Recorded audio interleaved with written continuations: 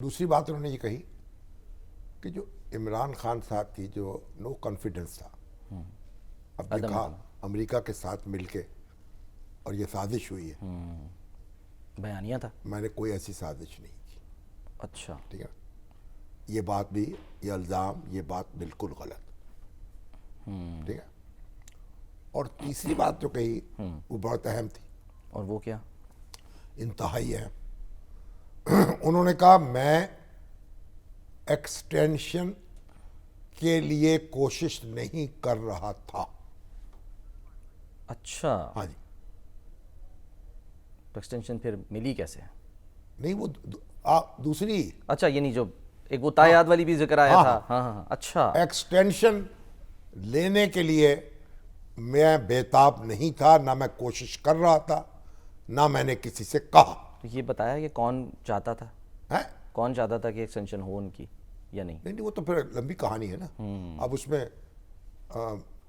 جو لوگ نواز شریف صاحب سے ملتے ہیں وہ ایک اور کہانی سناتے ہیں، جو شہباز شریف صاحب سے ملتے ہیں وہ اور سناتے ہیں، جو ہمارے شاہد خان عباسی صاحب ہیں وہ اور سناتے ہیں.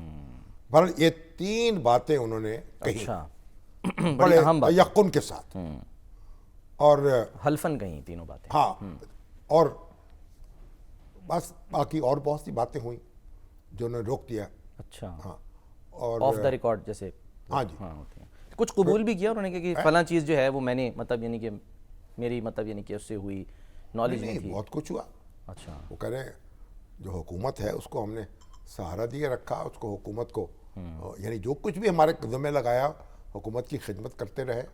اور پھر یہ کہ وہ دیکھیں نا جو آئی پی پی سے معاہدے ہوئے، وہ بات ذکر تو نہیں ہوا لیکن اس میں بھی بڑا رول تھا ان کا. اچھا، اگر وہ معاہدے جو تھے ری نیگوشیٹ نہ ہوتے تو آج جو سرکولر ڈیٹ ہے اس کا بوجھ زیادہ ہوتا، بہت زیادہ ہوتا. تو بہرحال وہ تو ایک لمبی کہانیاں ہیں.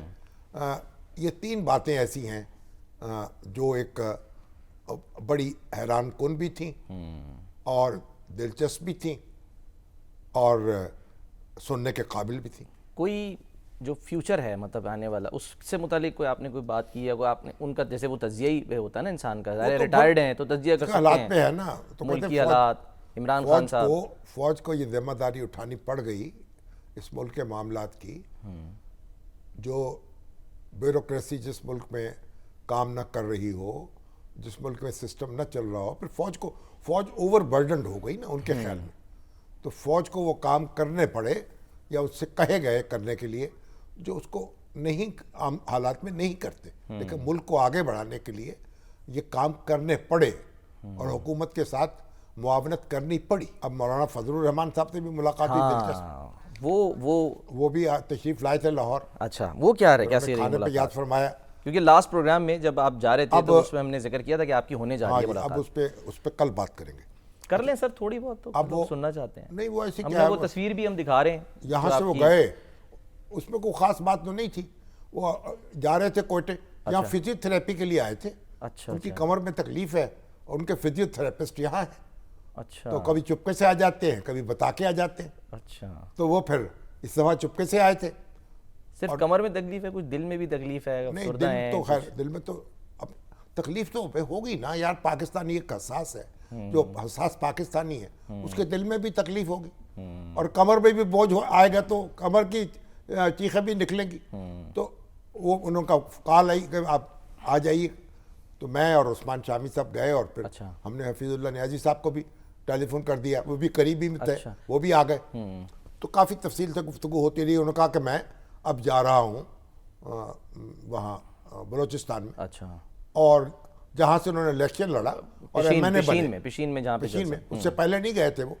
تو کہا وہ عوامی اسمبلی سے خطاب کروں گا میں. اچھا، اب ان کو تحریک تحفظ آئین کا وہ ساتھ نہیں دیں گے؟ غصہ بہت ہے ان کو، لیکن اب بڑا مسئلہ ہے نا، یہ مخمصہ ہے ایک. اچھا، یعنی ان کو وہ کہتے ہیں، ان کا یہ کہنا ہے کہ دھاندلی ہوئی انتخابات میں، بائیکاٹ کیا انہوں نے اس ضمنی انتخاب کا. اب وہ اپنی جگہ دھاندلی کا الزام لگا رہے ہیں اور پی ٹی آئی اور اس کا جو اتحادی ہیں وہ اپنی جگہ لگا رہے ہیں. اور لیکن اب سوال یہ ہے کہ مولانا کا تو مقدمہ ہی پی ٹی آئی کے خلاف، بینیفیشری تو پی ٹی آئی ہے. کیونکہ وہاں مولانا جو تھے وہ پنجاب میں تو سندھ میں تو اتنی بڑی طاقت نہیں تھے، بالکل. وہ تو طاقت ہے کے پی کے میں اور بلوچستان میں. وہاں مولانا مفتی محمود وزیر اعلیٰ رہے، ان کے اکرم درانی صاحب وزیر اعلیٰ رہے، پھر غلام علی صاحب جو میئر رہے. تو کے پی کے میں تو ان کی گہری جڑیں ہیں اور وہ ایک عوامی طاقت ہے ان کی. اور وہاں جو پھر دیکھیں نا کس طریقے سے ان کو نشانہ بن دہشت گردی کا کمپین بھی نہیں چلا سکے پورے طریقے سے. صحیح بات اور ہے. ان کا جو مقدمہ ہے جب اس کی تفصیل میں جائے تو وہ تو سامنے پی ٹی آئی کھڑی نظر آتی ہے. ایسا ہی ہے. اب تحریک چلائیں پی ٹی آئی کے ساتھ مل کے اور اسی کے خلاف. اور کس کے کیا کریں گے؟ یہ ان کا ایک مخمصہ ہے.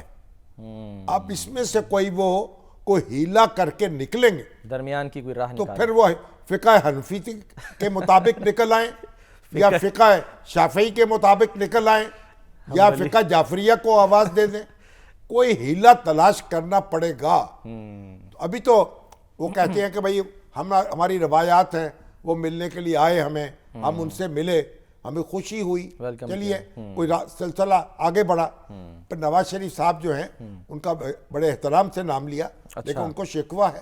ان کو بھی سمجھتے ہیں کہ ان کو بھی اپنی صف میں شامل سمجھتے ہیں. اچھا. ہاں، مگر مظلومین اور محرومین کی صف میں. اور اس کا تھوڑا سا اشارہ وہ دے بھی رہے ہیں. مولانا جو ہیں جب تک اس مخمصے سے نہیں نکلیں گے اب وہ تحریک میں کیسے شامل ہوں؟ سوال یہ ہے. وہ انڈیپینڈنٹلی تو اپنا مظاہرہ کرتے رہیں گے، بالکل. ٹھیک ہے نا، نیٹ پریکٹس کرتے رہیں گے، ڈنڈ بیٹھ کے نکالتے رہیں گے، لیکن جس کے خلاف دعویٰ ہے اسی کے ساتھ کھڑے ہو جائیں. اور ٹائم کم ہے سر. وجہ یہ ہے کہ 26 اپریل سے جو ہے وہ پی ٹی آئی اب نکل رہی ہے.